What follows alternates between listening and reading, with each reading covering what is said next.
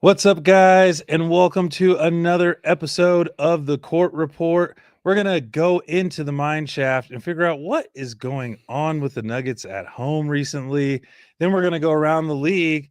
How do you feel about this whole Chris Paul situation? And finally, ending with our tunnel talk. We got some great fits for you. Let's get to the show.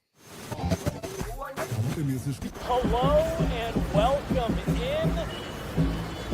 Please do not leave your luggage unattended on the station.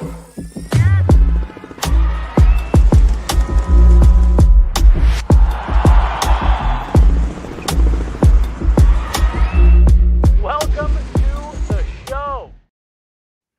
What's up, man? What's up, man? Welcome to the Court Report. We're back here. How you doing, my man? Oh, good. Had a good holiday and ready to talk some basketball. Yeah, I mean, the holiday was good, but we did have some crazy sports basketball things going on over the holiday. Even though it was a kind of a football weekend, we still had some pretty crazy stuff going on around the league.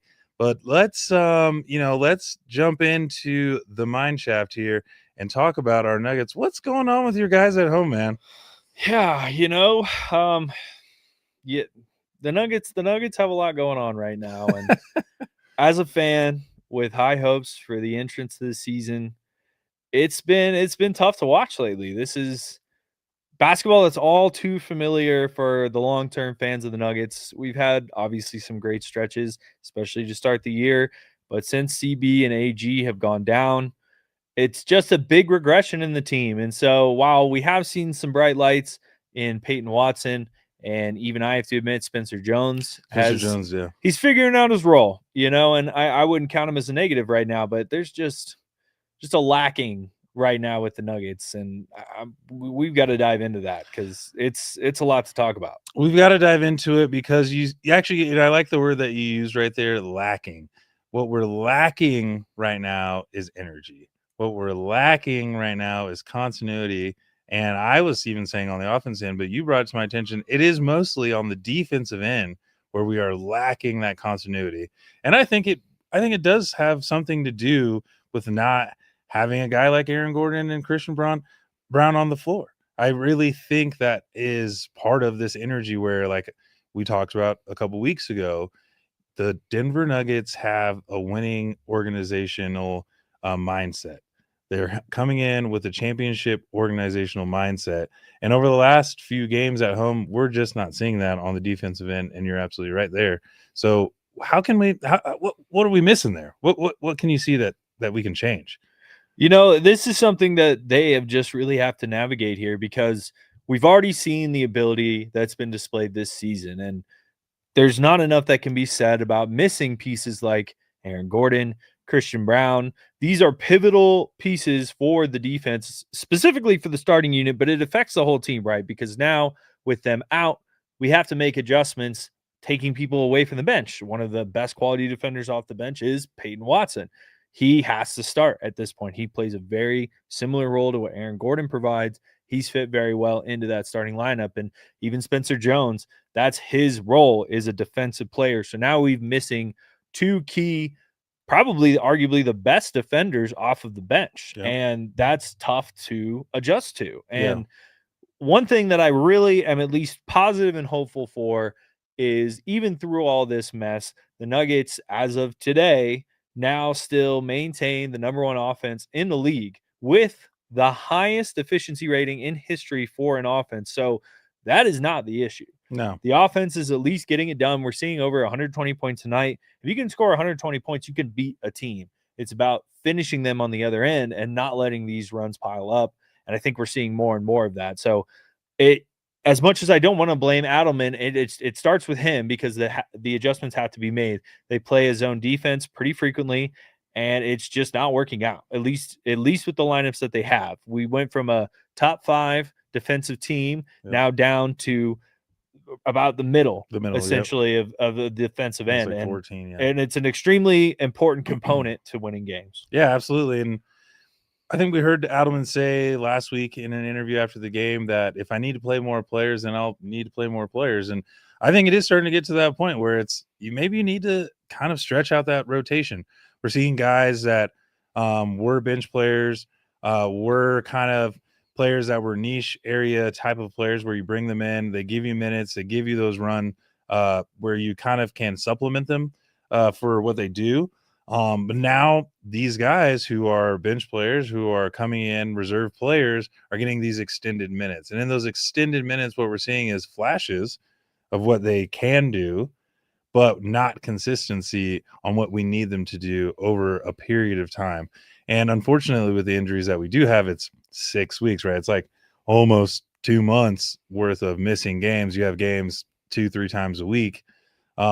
There's only so much you can do in that time period, but you're going to need these guys to come off the bench who are not necessarily getting the extended minutes usually, that need to play at a higher, longer, more of a higher clip caliber when they're inside the game. I do think that Adelman can go deeper on the bench, and that's just for energy wise. Like, I'm not even saying, hey, we need more scoring, because like you're saying, number one efficient scoring in the league right now. We don't need more people to be on the ball. We don't need more people to handle the ball. We don't need more shots getting up. We're fine in all of those areas. What we need is energy off the bench. So those kind of players that you can bring off the bench have energy as far as rebounding, getting out on fast breaks, right, on the switch from defense to offense, and then coming in. You might pick up a couple fouls, but I'd rather you come in and pick up a couple fouls playing hard than allowing people float around the court. Cooper Flag and Clay were moving around way too easily on offense the other night, where we're not being physical enough with them and those types of players as they're moving on offense. We gotta, when you come off the bench, you gotta play physical, you gotta play hard, and we're gonna need those minutes from the bench here, kind of to supplement that for over the next 5-6 weeks.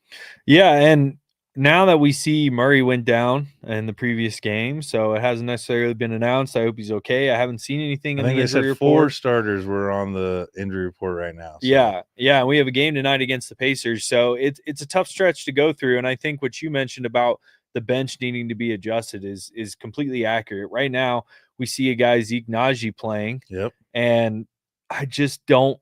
I think the experiment is over. We've had enough time with Zeke Naji. Yeah. We know what he produces. I know Adelman is a new coach, kind of some new faces, new dynamic, but he's still just not bringing it for me. And for someone who is 6'11" and just kind of plays on a softer end, I mean, he plays more like a small forward out there, and he's just not being a net positive. So if we're only going to run a 4-man backup rotation, put in Jalen Pickett. They need somebody who can distribute the ball. Bruce Brown is not a point guard. We saw a fantastic game from him from an assist perspective last week, but it's still not his role. He's not a point guard by nature. It's just not what he does. He's a slashing shooting guard. It's a totally different type of position. And while you can definitely make passes, that doesn't necessarily mean it's a good way to go from a long-term perspective. I'd rather give Jalen Pickett minutes. This is somebody who was able to get a triple-double pretty frequently in the G League. I mean, we saw that very often from him. And so I think we just need different rotations, different play styles, because we've seen enough to know it's not working. It's been a long enough stretch of games.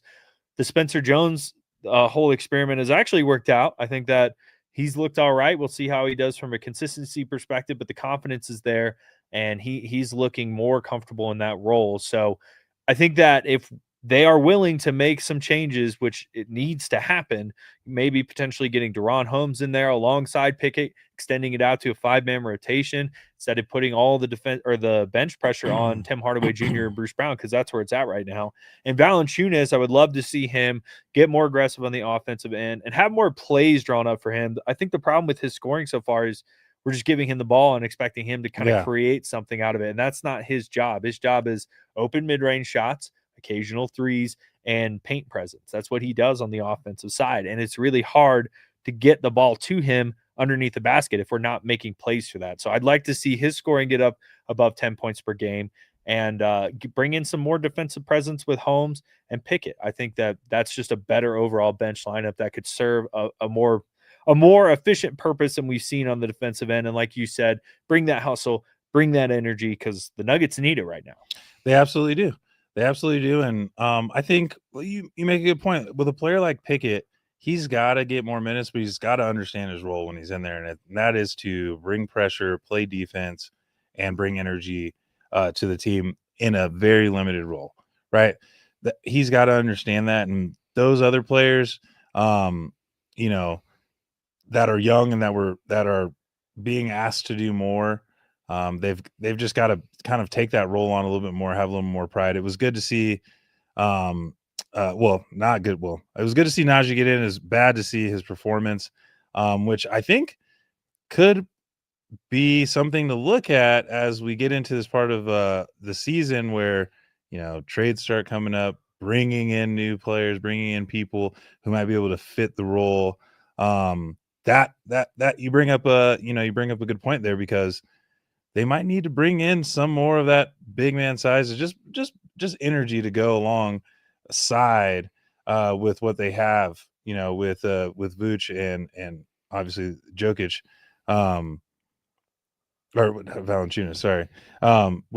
They both do things differently and they have a specific role in the team, but I think you need one of those kind of big, kind of center energetic guys, right? That's going to be flying around, grabbing rebounds. You have a tough guy, you have the best player in the world on the other end.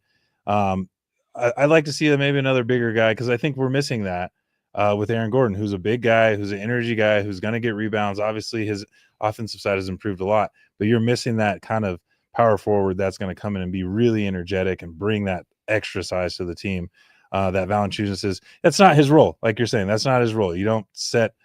You don't have a lot of give him the ball, let him create. Right? He's not Jokic, and there's not anyone like Jokic. So I would never expect anyone else to be brought in like that. But he would like to see some more size, and even maybe some more ball handling now that Jamal is going to be out or possibly be out. But he's going to be a little bit slower. He's going to be maybe at 85, 90%. Maybe we look to bring in a name that maybe just got released. Who knows? I don't know. Yeah. And there's a lot of different paths that they can take. And I'd like to just see them get a little more aggressive with figuring out what works and where the rhythm is at. There just hasn't been enough small changes to me that says that they are exploring differences. And with the home record being 4 straight losses, it's just a disappointment that can't happen. That's the most losses in a row since Jokic's rookie season. That's unacceptable, completely unacceptable, especially when you take into account where the Nuggets were at when Jokic was a rookie. Now, one thing I really, really wanted to say is a lot of the comments that I've been getting, and more often than not, this is probably 90% of the comments I've been getting, is people want to blame Coach Adelman. And it's just not okay. It's not Coach Adelman's fault as of right now. He is a part of it. He is contributing to the Nuggets not performing as well, but he is not the sole reason that the Nuggets are underperforming right now. So I, as a Nuggets fan here in Denver, would like to tell my other Nuggets fans out there that we have got to support Coach Adelman at this point in the season. Bashing him and blaming him for all of these losses is not going to help anybody out. He's not getting fired right now. And if he does, that only puts us in a worse position in the first place. So let's rally behind Coach Adelman and trust him for this. We had a superb record before Aaron Gordon and Christian Braun went down. We had a top 5 defense before Christian Braun and Aaron Gordon went down. What we are seeing is simply a new coach handling a very particular situation, and he's new. He has a 70% win rate as a coach. There's absolutely no evidence to support that he doesn't know what he's doing. He's just going through a rough patch, and they're figuring things out. So let's get behind Coach Adelman, and I have total faith that we're going to get through this, and by All-Star break, the Nuggets are going to be looking like the team that we saw to start this season. I absolutely believe that. And I think that there's still the door's wide open. We're looking at the West. There's no one other than the Thunder who seem to be jumping out to this incredible lead as far as ratings or rankings go right now. But other than that, the West is kind of still jumbled up. The West is still going to be open. Adelman's done a great job of steering the ship in the right direction. I still believe that the window's wide open. And even Aaron Gordon was saying that he thought the window was open in an interview with Cam Johnson the other day.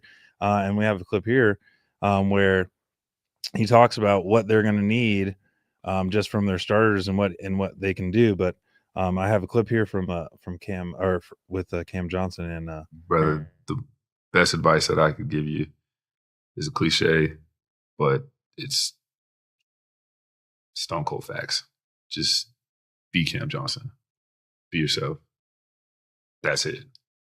That's all we need, and everything else will take care of itself. And at the end of the day, I believe we're going to be the ones that walk off with a win. We'll be the last team to win. Everybody else is going to hold an L at the end of the season, except for us. We're going to be the ones to win at the end of the season. All you got to do is just be yourself. Respect. All right. Respect. So that just shows you the confidence that they have in themselves, the confidence they have in the players in that room. We obviously, as fans, become very critical at times. And when it looks like the ship is falling apart, it may just be, there might be a leak here and there, and it's a long season. So there's time to repair. Let's not jump on Adelman's back. Let's not blame everything and this skid. If you look at the games were all winnable games. They were right there. It was one possession games pretty much coming down to it. And you're a couple shots away or you're a couple of defensive stops away. Let's not be too harsh. Obviously, the team still has belief in themselves. As fans, let's rally behind the team instead of becoming, so hostile so early. Yeah, well said. And I think that's extremely important. And I think one of the best points that you made is these are all winnable games. They're very close. And that just says that it is missteps. It is small mistakes. It is things that the Nuggets can work on. If we look at the depth chart and you examine player by player who is still on the Nuggets as of right now, that is still a high quality top tier team. Any team is, obviously, with Jokic in the roster, but just with the amount of talent, Cam Johnson, I mean, he's had a great stretch of games since Aaron Gordon and Christian Brown have gone down. And while I'd like to see him potentially even elevate higher and maybe hit a 25 point per game clip, I think that it's a really, really good position to be in for the Nuggets. These are just small tweaks that need to happen. Their rosters just need to step it up a little bit more. We just need a little more hustle and just a little more intensity. And the record from the past 6 games would be totally different. You're absolutely right. So it's we're right there. The Nuggets are right there. Just have faith. Let them work it out. This is a team that's seen it all, been through it all, and they know what they're doing. They know what they're doing. They know what the goal is. That's not changing. Let's stick behind them. Let's give them the support. And I think that they're going to right this ship. But you have to realize they're a little beat up right now. So that happens with some beat up teams. If they can make it through the stretch, get to the middle of December before the Christmas, game, and they're still in the top 4, they'll be fine. They'll be fine. I think that the Nuggets will be just fine. Yeah, and another thing that they can look at is potential roster improvements. I think as a whole, majority of the roster is pretty fleshed out, but there are still some potential candidates out there. And one was just recently released. And, just kind of that need off the bench right now for a veteran ball handler. Is Chris Paul in there? I feel like Chris Paul on a veteran minimum could potentially be a good option for the Nuggets, especially where they stand right now, where veteran leadership would be much appreciated. The most tenured vet on the Nuggets has 11 years under his belt. That's it. With Chris Paul, we're talking about a 20-year guy who can bring a lot of veteran presence. And I think that on a veteran minimum contract, it's worth the risk. It's worth the gamble. This is somebody who improves the win rate outside of what we saw with the Clippers, but he has a positive impact on the game, and somebody in the locker room, kind of similar to DeAndre Jordan, who just knows the league, knows what's going on, has that mindset, especially somebody who knows how to distribute the ball. This would be a terrific option for them with limited ability to make moves at this point. You know what? That's an interesting point you're making. I don't necessarily disagree that it wouldn't be a good move, because there's one thing that really kind of intrigues me is that he is on his last hurrah. This is his retirement tour, and he wants to obviously win a championship. He's pretty much done everything else in his career as far as accolades, as far as team accolades, going to the finals, making big shots in the playoffs, being one of the best players. He'll still go down. He'll be in the Hall of Fame as one of the best point guards to ever lace him up. I think that it's not a bad idea because he is focused, right? And he's going to be critical. He's going to be tough. He's going to have kind of a mouth on him. That's Chris Paul.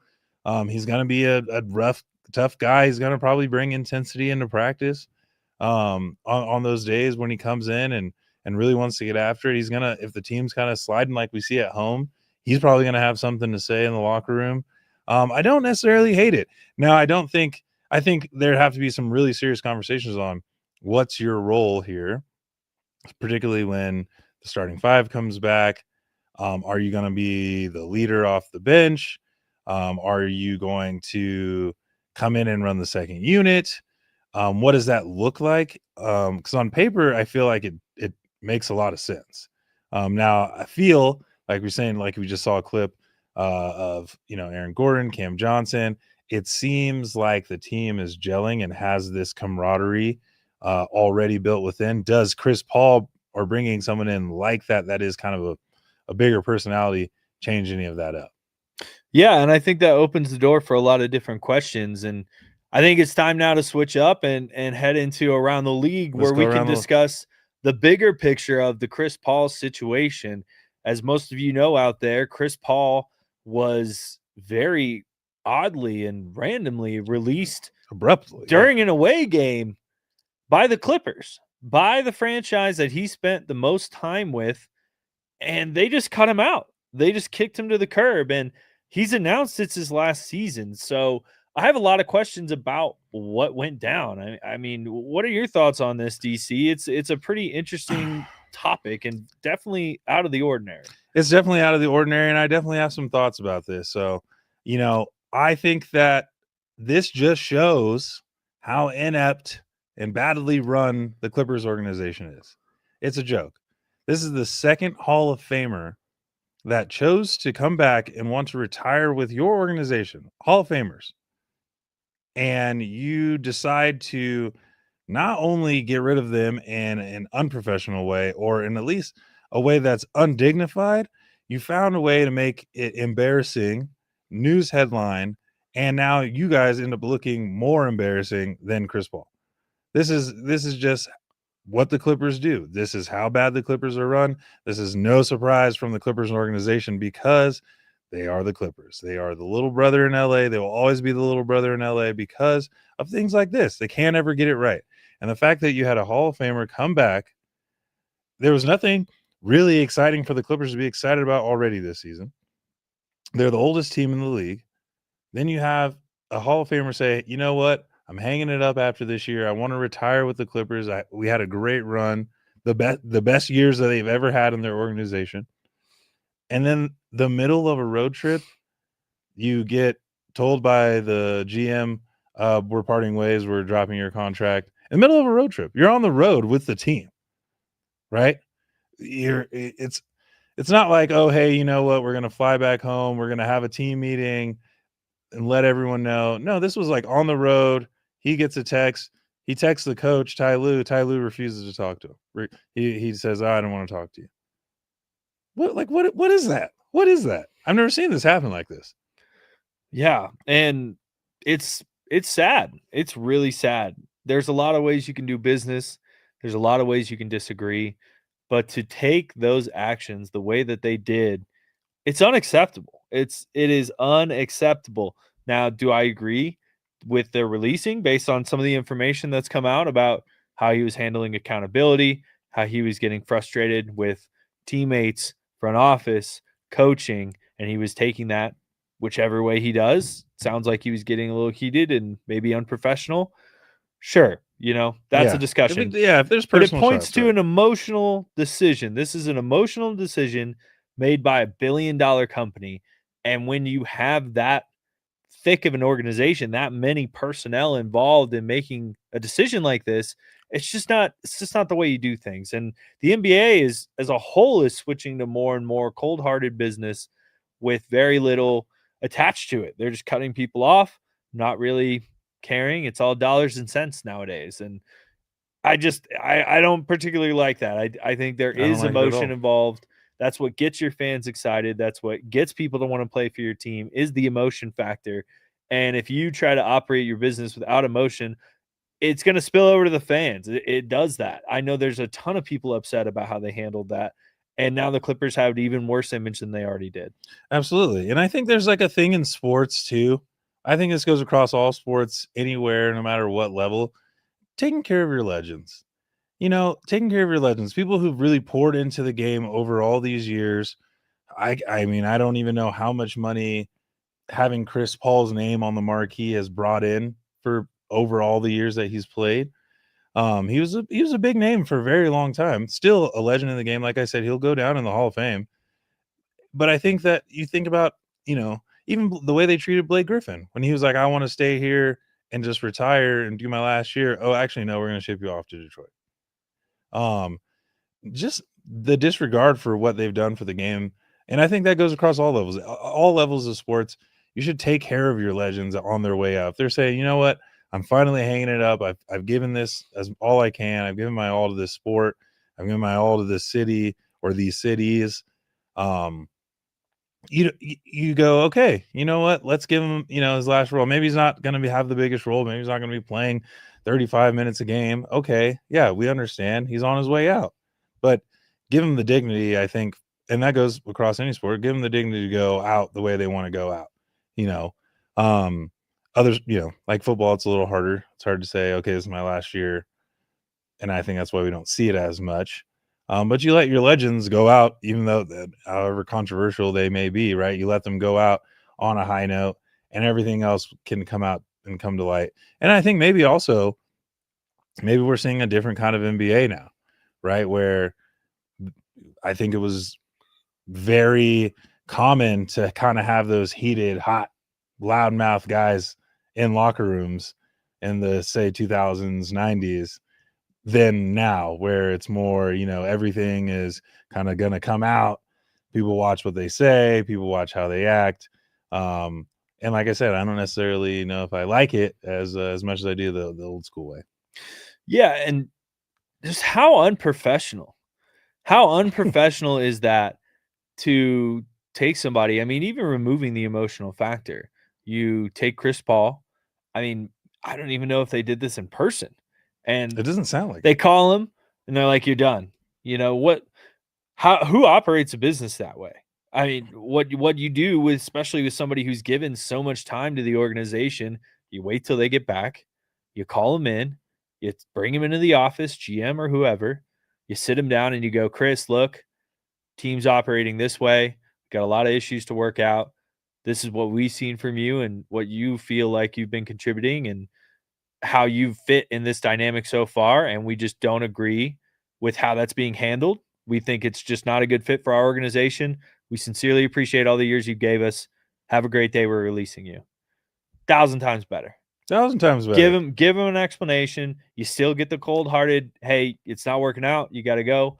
But to just kick him out when he's not even in LA, he's not even at the office. Yeah, I think they're in Atlanta. Over a phone call. Yeah. For a guy who played over 10 years for your organization, you're just going to literally kick him out. Like, it's crazy. It's just unprofessional. What, like, even just in the standard business outside of the NBA, who operates that way?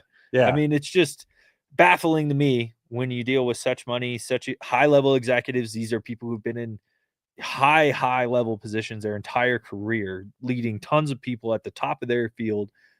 And just to see such a kind of a cop out, like that's like a new manager tactic to just call somebody and be like, yeah, hey, sorry, you're done. Don't come in, turn in your badge. Yeah. Like, what is that? It's just gross and it's cold. And I don't like it. And as we expand out to the rest of the NBA, I mean, there's a lot going on right now and a lot of questions to be had. I think we only have one clear favorite right now in the Oklahoma City Thunder, but the Lakers and the Rockets are just not going away. And the top seed in the West. No, they're not going away. They're winning games. I mean, Luka looks ridiculous. I think he's, last week he averaged like 37 points a game, which is it's just ridiculous for for any stretch of games for anybody. The West is going to be heating up. I mean, they lost a tough game to Phoenix. Phoenix, I think they'll be that kind of spoiler kind of team. They're not going to be really in it at the end of the league or end of the year, but they'll be that spoiler. They'll be floating around. I think that mid-tier, possibly playing game. But let's talk to and shout out to a couple of the friends and people who reached out about the Celtics, because I was hyping up Detroit, as you know, and I still think Detroit's going to be a young, great team. I still think that they're a really good team. and I still think that they're going to be in it at the end of the year. The Celtics have actually started to turn around a little bit, and they're looking dangerous in the East. 76ers, Maxey looks like an all-star that he is. I think the East will be a very interesting race here as we get towards the middle of the winter.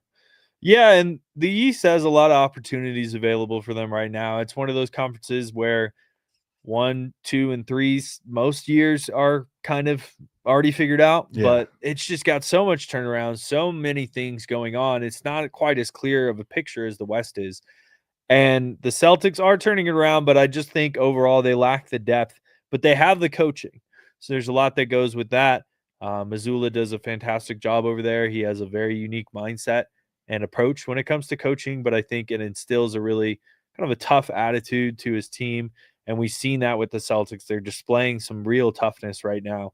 And the Pistons, I think, are really looking for real this year. But with some of these other teams right behind them, the Knicks, the Celtics getting it together, the 76ers, Joel Embiid is still potentially a piece of that. We talked about getting rid of Joel Embiid last week. I still think that could potentially be on the table come February, but I think that he is a positive contribution. And if you have somebody else kind of taking things over, that takes a lot of the pressure off Embiid to perform, and that could be a good thing for him. It could be. I mean, I kind of liked your idea, though, kind of building around Tyrese Maxey, because it looks like if you could change the way that team plays a little bit, bring up the pace a little bit more, maybe go a little bit smaller, not saying small, you can't go small in the NBA. Everyone's 6'7" or above, right? They could play a little bit quicker, I think, without Joel. And I think maybe figuring out how to play in those rotations in those minutes without him, just to be upbeat and give Tyrese just those touches, because I think he's awesome, man. Like watching him, could you imagine him on the Nuggets? My goodness. That would be a great kind of fit for the way that you guys play. But yeah, no, the guard play in the East right now, the Knicks will still, I think, be very good. They have really good coaching too. Shout out Mike Brown. I think that the East it's very intriguing. I'm curious to see what's going to happen, because it seems like the West kind of has those 4 or 5 heavy hitters that they're just not going to go away. The Oklahoma City Thunder are going to be there. The Nuggets are going to be there. The Lakers are going to be there, and the Rockets are going to be there. Those are going to be the heavy hitters. After that, it's really just going to kind of come down to who's can stay out of the loss column enough, but it's going to be really, really intriguing. I'm curious to see how this whole NBA Cup kind of turns out, just because, they do count against for your total record. But it's the league is heating up right now, and there's a lot of talent, and it seems like it's an even level of talent kind of across the league, where you don't see as much disparaging other than those really kind of lower tier teams. Yeah, and you bring up the NBA Cup. I really need to know. I mean, for me, I'll say my piece before we get into yours, but with the NBA Cup, I don't know about it. I don't know if it's working out well. This is the 3rd year it's been going on. I like the court design. I think some of them are definitely better than others. Timberwolves neon green is off-putting. It's terrible. For sure. It's absolutely horrendous. It is really tough to watch games like that. But the in-season tournament as a whole, I just haven't seen enough intensity around it. When it comes up, I just don't really care. I mean, I'm a big-time NBA fan, and it just does not strike me as important. The biggest thing is it's a payday for the players, which I love, especially for those bench guys, where that's a big difference for their paycheck, almost an entire year salary addition for an NBA. So that's great. It's great for the young guys. I just don't feel the dynamic that they're trying to incorporate, similar to what they're coming off the soccer leagues who did that. Right. I love the idea. I like that they're trying stuff. I think it's time to give up on the season cup idea. I like it. I like it. I like that it's something else. I just wish that I like that it's an in-season thing. I like that it's an in-season tournament. I like that it involves all the teams. I don't like the courts whatsoever. I hate the courts. I don't think you need a new court for these games. I think that part is a little too much. Maybe if in the actual Las Vegas tournament, okay, change the court, whoop-de-doo, that's all fun. But I do like that it's another prize. I just wish that the reward was greater or better or made more sense. Make the coach, and I saw Dwayne Wade talking about this, maybe moving All-Star to more of a Pro Bowl type, so it's at the end of the year. And and then you get the cup coach, he gets to coach that team. Maybe those players get an even bigger reward at the end of the season if you make both, if you make the make the Pro Bowl in basketball and your Emirates Cup winner or something like that. I don't know, but they need to make the reward better, because I think right now is like, okay, for the maxed out players, they're just kind of like, okay, it's a couple $100,000 for me. It's a regular season. It'll go to my it'll go to my kids or something. I don't know. But then you see at the bottom of the bench, or the last part of the bench, they're like, yeah, I'm excited to make that money. I think the coaches also win money too, so I don't think that they're upset about that. I like it though. I do like the idea. I just think it needs to be streamlined and it needs to be more rewarding. It needs to make more sense. Give them home court advantage. Yeah. Give them home court advantage throughout the playoffs, all the way to the finals. Everyone's like, well, what if a bottom team wins? Then they don't get home court advantage. Yeah. Then they don't go to the playoffs. I think that's an easy open and shut. If you offer home court advantage, what do you think teams are going to do when season cup games come up? Do you think those are going to be easy games? No, they're going to play really hard. They're going to go crazy. Yeah. They're going to fight like it is the playoffs right now. Yeah. And if we want to get that intensity up, which is what they're trying to do, they're trying to market a fun, exciting game. Let's do that. Yeah. Let's make it worth something. Let's make it exciting. It's not exciting without stakes. It's just one of 82 games out of the season. So I think amp up the stakes, and we'll see a huge change. I would personally be super into the in-season tournament if that was on the table. I think that would be awesome. It would be a really cool change. But you brought up All-Star, and I had some thoughts on All-Star Weekend, actually. I had some thoughts on the dynamic. Ooh, I kind of want to hear it, because All-Star Weekend is not nearly what it used to be, and I don't know what necessarily changed around the intensity of it, or at least the excitement around it. But I'd like to hear what you have to say, because on the court stuff has been a little disappointing over the last few years. Yeah, so I think there's a couple things that you can add and change, and that would really enhance stuff. So first off, and this is super in line with what the NBA is already trying to do and be more relevant, especially in the social media space, have a content creator dunk contest. There we go. There are so many dunk creators out there that are, I wouldn't say far superior to all NBA players, but outside of Aaron Gordon, Zach LaVine, and a couple others, like they are on par with them. And some of those creators I've seen do things I never thought I would see. And that's what the dunk contest is all about, is pushing the limits of the human ability. And I think those content creators, this would be huge for them. Players obviously like care a little bit, but you get some guy off Instagram who now gets the chance to compete on an NBA scale for a real life content creator, $1 million, $100,000, $500,000 prize, and get the name of like NBA creator dunk champion, something crazy. Like everybody's going to come out with their best stuff. That's all they do. Yeah. They don't play. I mean, some play basketball, but they mostly, that's what they focus on. He's a dunker. They're a dunker. Yeah, they do dunking. He's not a hooper. He's a dunker. Yeah, exactly. And we know guys like that. Yeah. So I think that would be awesome, because there's plenty of talented guys who almost made the NBA, didn't quite make the NBA, who would be fantastic for that. We saw Mac McClung, not really a relevant NBA guy, but a kind of a content creator dunker.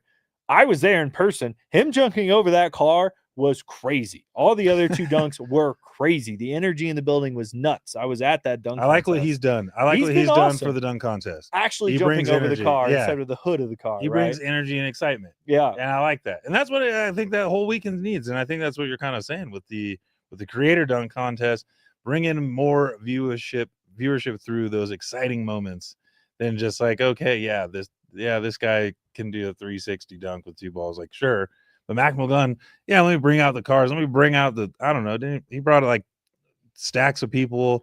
He was, they're spinning. He's spinning. Like, I'm liking all that kind of stuff. Make it more interesting. Make it something that's like, oh crap, like I've never seen that before. Yeah, and then So step And number then let's hear number 2. Step number 2, this would be personal thing.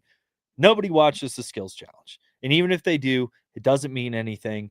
Chris Paul and Wemby, unfortunately, kind of proved that with their attempts. Now, granted, they were disqualified, whatever you want to call it, but it was a game. It Yeah. wasn't fun. It didn't mean anything. It wasn't like, oh, those are the most skilled players. It's not very exciting either. It's just not exciting. Again, no stakes, no competition. The title means nothing. So scrap it and replace it with a true skill challenge, which would be a 1v1 tournament Let's go. to be who I is the best like hooper this. in the league. Who is Yes. the best player? 5-on-5 is a completely different game from 1-on-1, especially at the NBA level. Who has all of the skills? Because that's what 1-on-1 is. You don't have your buddy playing help defense. You got to play defense. Yep. You don't have your buddy to create the play, handle the ball. Yep. Who is the best overall hooper in the league? And as a fan, I'd be glued to the screen watching Kevin Durant and LeBron James go 1v1 and duke it out to see who's the best player. Now, obviously, we'd have to have people participate, but I think if you build enough hype around that, hoopers are going to want to go at each other. These guys love basketball. They're going to want to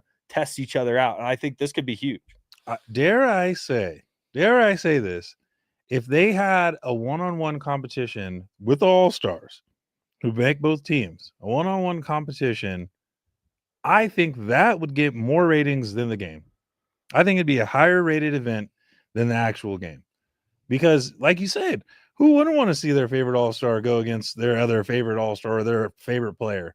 Right? Like, who wouldn't want to see that? I don't know if I'd even watch anything else.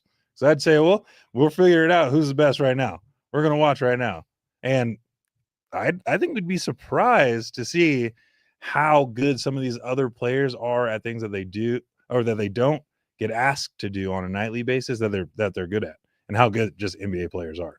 Yeah, watching a center and a shooting guard duke it out, like that would be really cool to see. Like, okay, is a guard better than the center at basketball? At the actual just essence one-on-one of playing basketball. You've got no help. You've got nobody else. Can you get it done? And like, I think I would be the one to watch that for sure. Yeah. And then, maybe the all-stars don't do it right away. Bring in the dogs. Bring them in. Bring in the guys who are like hooping, but just aren't quite all-stars. Murray versus Dylan Brooks. You got Canada, Shea versus Jokic. Like, there's all kinds of these crazy matchups. International one-on-one. Like, imagine how many people would watch Shea versus Jokic. It would never happen. Jokic would never say yes. But just picture that. We get to see the last 2 MVPs, literally no excuses, no other problems, no this or that. It's just them versus the other. 3 dribble, king of the court style. Like, I'm getting excited. Colorado versus like, where's Oklahoma. Adam Silver? Can we call him up? Who's got his number? Who's got his number? John, do you have guys Adam's go number? ahead, send us his number from out there, guys. Let's get him on the phone right those now. in the comments, yeah. Oh, actually, okay, it went to voicemail. Yeah, sorry. Unfortunately. Yeah. That's okay. Well, we'll get him next time. Speaking of friend of the show, Dylan Brooks, maybe we can get into some tunnel talk here. I think it's about time for some tunnel talk. I got something for you. Since we're talking about our boy, let's take a look at our first look here. Last week's dog of the week. Oh God. Oh man. This is Dylan Brooks. This is Dylan Brooks on his way into the game. Unfortunately, before they beat up on the Lakers, but this is the sherbet, the the melted sherbet cone. This is a melted sherbet cone look. Well, he's a dog for what he did on the court. What do you We'll think just put about it this that one? way. I have some thoughts. I've got definitely a lot of thoughts. I think he's looking for some attention. He's looking for something. I mean, that's kind of what that's screaming to me is like, looking for an ice cream. check cone. out me and whatever. That's a lot of different colors there. I mean, we got like almost a tie dye or like a melted snow cone, or I don't really know. And then the hood's up, and then we've got again with kind of the long socks and just plain white shoes. And this looks just like some dude off Colfax. If I have to be honest, like that just looks like one of those fits you find off Amazon. It's like, well, it matches. It does look like he's headed into his first music festival of the year. Headed to Red Rocks. Yeah, he's headed to Red Rocks more than he's headed in to go play an NBA game. I don't know about this look for me, personally, but he could. I mean, if he had like an ice cream cone around his feet, it would make sense because he looks like a melted sherbet cone to me, or a Wook, one of the two. I think Does- Wook. Yeah, Wook is pretty on brand for that. And I mean, if anybody in the NBA would be like that as an individual personality, I think Dylan Brooks. I could totally see that I from can him. see it actually. now Dude that plays you're hard on saying the court, but like, man, interesting guy to say the least. But it. yeah, I mean, if we're giving ratings, I don't know. I mean, in Yeah, what do you matches, rate that one? we don't have an overuse of color tones, which is great. I mean, we're at 4, so I can live with that. We don't have the purse, which is great. So, I mean, if we're just talking objectively, 5 out of 10 minus points because I just don't like it. Okay. and it just Okay. is kind of an off-putting style. But 5 out of 10, 5 out of you know, 10. not bad at matches. He kept it all the way down to the shoes, all the way to the top of his head. It's got consistency. So, and it's not overly too much anything other than just being kind of a bad outfit and weird. But Yeah, it's a miss for me. It's Yeah, gonna be a miss not for it. me. Not it. not it. Let's go next to Obi Toppin here. Now, it looks like it could be an okay outfit at first, but there's something that we talked about earlier this week. What is up with the dirty jean look? Why do they look brown and dirty on them? What is this? What is this part of fashion? So I do have an answer for that. Okay. So it is the obsession with vintage, which I appreciate. I'm quite literally wearing. This is all vintage 2008. That's not brown. It's not brown. It's not ugly. I'm just saying it's vintage. Vintage is very in right now. People love vintage. So even when it's new, they get those stains and those scuffs and the cuts and all that stuff. Now, I definitely agree with what you're saying here. Like just taking a look at it, if we, the hair, that's a personal choice. But the rest of the fit, it looks, okay. it doesn't look No, bad. it doesn't look But bad. then you start to kind of zoom in and you're like, oh, you're wearing double wide boot cuts. And is that a pocket on one of those by the bottom of your leg, which is a weird thing I've started to see pop up. And then you've got a chain on your wallet. Especially for like a NBA player, you can't reach that pocket. Yeah, especially for an NBA guy. And this dude looks like he's about to do like some sort of Christian rock concert, maybe like one of those pretend badass Christian rock guys. He's headed out for his first set. Yeah. He's like, look I'm a bad boy, but I love God. Like that's kind of the vibe I'm getting from this outfit. Is like he's the dark angel kind of look. Oh, I mean, the look itself is okay. I just don't like the dirty jean. Like, who would be like, okay, I got all this brown on these black jeans. Like, let me put these on, unless they were literally for the fashionable look of vintage. But then, like, even if it's vintage, you could wash it. It could be clean vintage. So I just don't understand the dirty jeans. We talked about this dirty jeans look earlier. So I just wanted to bring this one up so everyone else knows. We don't like the dirty jeans. Yeah, We don't like the dirty jeans. I would say couple of different changes I'd wear that fit, so we're close. But the dirty jeans thing, that's a no for me. Like you said, wash your stuff or just get real vintage. We don't even need the weird color stains. Just buy vintage clothing. It's out there. God forbid we don't need to make any more clothes. Like there's plenty of clothes on earth already. So like Exactly. just go seek it out. Exactly. Check eBay out. It's not that hard. Exactly. So for our third look here, we're gonna go back to a fan favorite, fan of the show, friend of the show, Mr. Williams. Oh yeah. Another pop of color here. What color? What shade of yellow is that? That is center of the boiling sun yellow.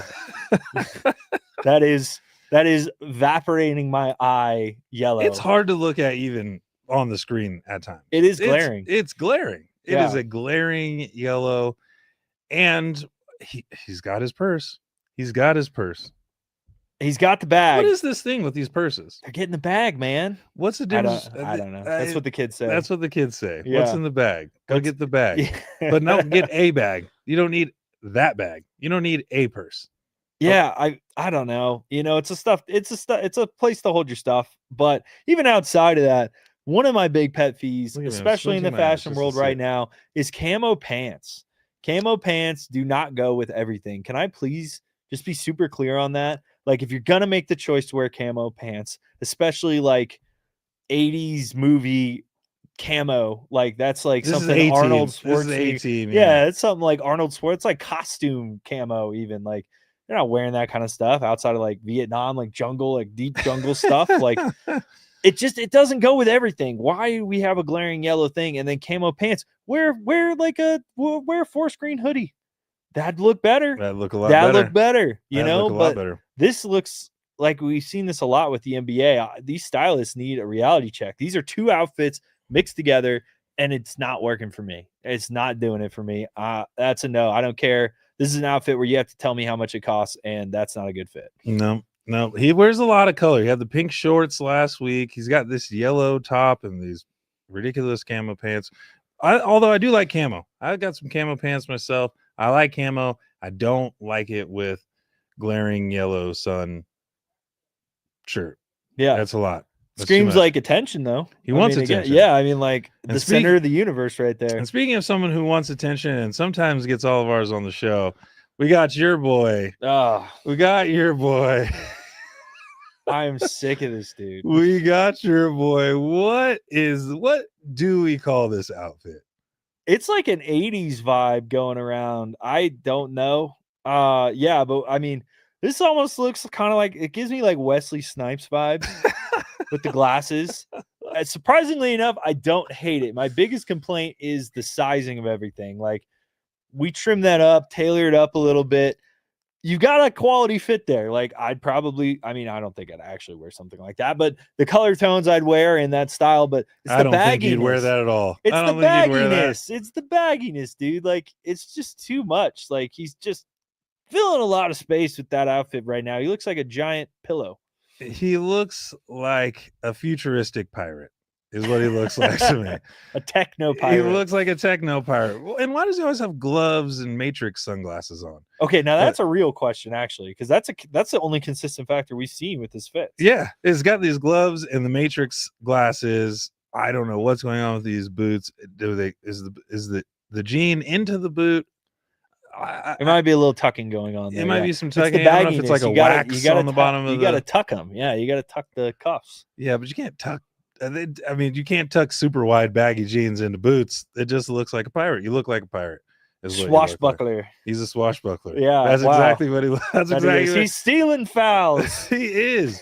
And my goodness, does he steal them? I mean, it is starting to get ridiculous. I've Yeah. seen some of these videos of him training his balance and core, only to be flown away like a leaf at every touch of a foul. Well, that's all the gymnast training that goes into having such well choreographed flopping. Now, Yeah, if you really look behind the scenes, he does practice a lot of these flailing motions. So, I mean, it would make sense that we'd see such a theatrical fit from him, because it's just a good representation of just the personality of just doing a lot. yeah. I'm just doing a lot right here. We're doing a lot right now. Really wanting to be the center of the attention, and I think that's kind of the Thunder's whole thing. They're really owning being first in the league right now, and I think Shea's trying to get his own. League Fits really backs him, man. League Fits really League likes Fits, it. It does like him, and it I don't supports know. him. Shout out League Fits. We support you. Do like me some League Fits, but I don't know. Not a big fan of the Shea vibe. I think that's kind of like something Arnold Schwarzenegger might have worn in the Terminator. Maybe it's the glasses for me. It's the glasses then and the gloves. And the gloves. kind of like a robot Yeah, kind of looking vibe. it's a weird. It's like it's a weird it's touch. like out of cyberpunk. Yeah, it's a weird touch. I don't know, but all I do know Got it. is that we'll be watching his fits all year long. Thanks to League Fits, so we appreciate you. We'll be keeping track of him because I know that is that's a hot topic for you. That's your guy. Yeah, League Fits, get us on. Yeah, hey, we'll talk about some fashion. I don't mind Let's go. embarrassing That's what I'm talking myself for several times, but is that all the tunnel talk about. we've That got was for the this 4 week? tunnel Huh? talks that we had this week. I think 4 looks for us is really good. Yeah, 4 yeah. looks is a solid way to get. No, it. and I think before we close things up, I mean, maybe we talk a little bit about the fits we've got on. We've got kind of a bit of a different dynamic. But Yeah, you're you looking know. pretty festive over Yeah, there. so it's snowing here for you non-Colorado people. It's snowing here, so I got my snow. My guy skiing on the snow today, so I figured this is fitting. And shout out to Charlie's Tees and T-shirts. Go get your clothes and your hats and your Colorado gear from there.